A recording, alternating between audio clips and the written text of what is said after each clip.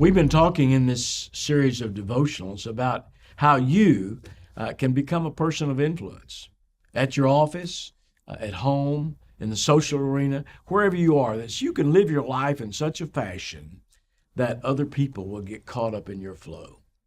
And we found that people of influence are people who know where they're going. They're people of vision.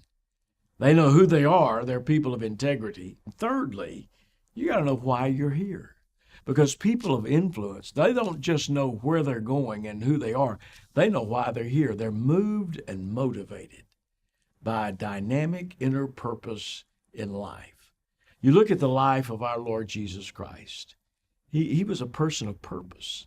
He was moved and motivated by that purpose. Up there in Sychar in Samaria, he met a woman at a well one day, and the disciples had gone into town to get lunch, and Jesus met that woman at that well, and he told her of living water. She brought the village out, and many of them came to become followers of him. And later the disciples came and brought the food to him for lunch, and Jesus looked at him and he said, "My meat, the thing that sustains me, is to do the will of him who sent me while there's still time." He was moved and motivated by this inner purpose. And even the night before the crucifixion, neath those old olive trees in Gethsemane's garden, we hear him pray, "Lord, if it's possible, let this cup pass from me." And in the same breath saying, "Nevertheless, not my will, but yours be done." He was moved and motivated by this inner purpose. You know, those who influence others, they know why they're here. And they too are moved and motivated by a purpose for God in their life, because somewhere there's something for you to do that no one else can do like you can do. In fact, 2 Corinthians 10:13 says that God has assigned to you an area of influence. Think about that. Somewhere there's something for you to do no one can do like you can do, and somewhere there's somebody to be influential to that no one can influence like you can influence. That's why you have a DNA like no one else. You're indescribably valuable to God. And so be a person of purpose. You know, I like to read epitaphs at cemeteries. Well, the greatest epitaph I've ever read is what Paul said in the Pisidian Antioch sermon in Acts 13, what he said of King David. When he said in Acts 13:36, David served God's purpose in his own generation and fell asleep. He served the purpose of God. What a beautiful thing to be said about somebody. And you know, of all the things that could be said about King David, Paul said he served. David was an incredible leader. He was an unbelievable motivator of men. He gathered all those hundreds of men to Ziklag and those other places, those motley crews, and they followed his leadership. They got caught up in his flow. Unbelievable fundraiser, raised all the money for the temple. But of all the things that could be said of David, Paul said, David served.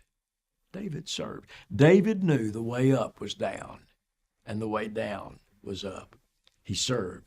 And you know, there are different words in the Greek New Testament for that word serve. This is a compound word. It's hardly ever used in the New Testament. It comes from a preposition meaning under and a verb to mean to row, like you're rowing a boat. He said David was an under rower.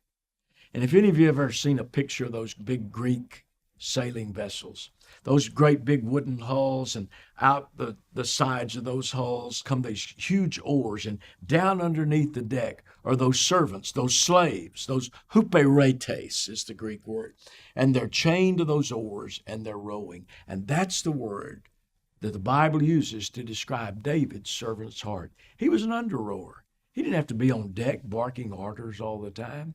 He found his place in service. You know, we're never more like Jesus than when we're washing other people's feet. The night before he died in the upper room, they got in an argument, the disciples, over who would be the greatest in the coming kingdom.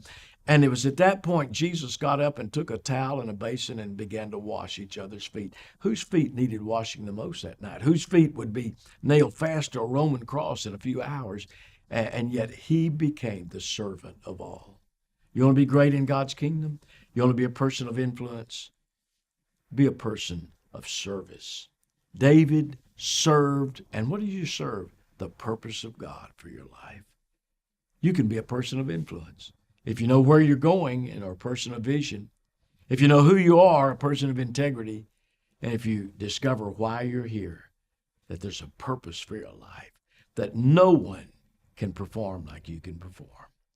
You can become a VIP, a very influential person.